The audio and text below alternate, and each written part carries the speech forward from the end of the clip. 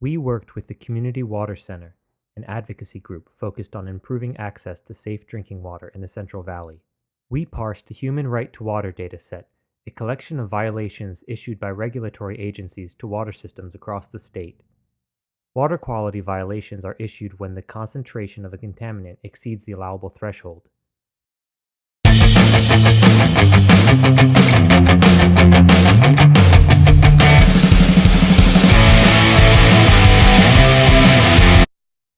To prepare the dataset, we removed duplicate entries based on water system ID and unique analyte. We then visualized the geographical distribution of the water violations. Our goal was to give a sense of where violations occur and the severity of violations. We also wanted to provide a way to explore historical contaminant levels. First, we merged the violation data with the water system locations.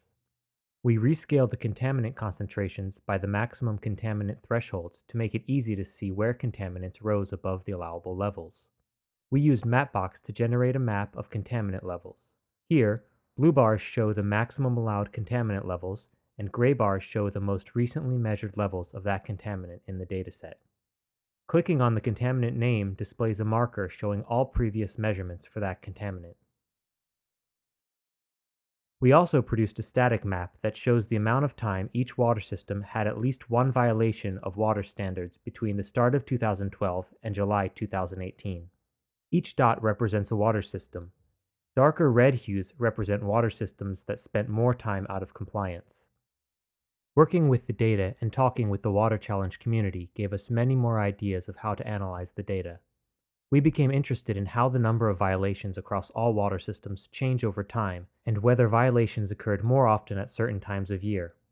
We counted the number of violations in each month since 2012.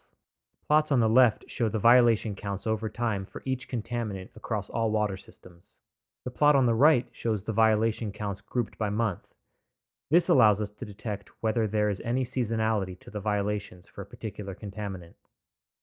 Understand water quality across California using the Electronic Data Transfer Library, a reference of millions of water quality measurements taken over the span of decades.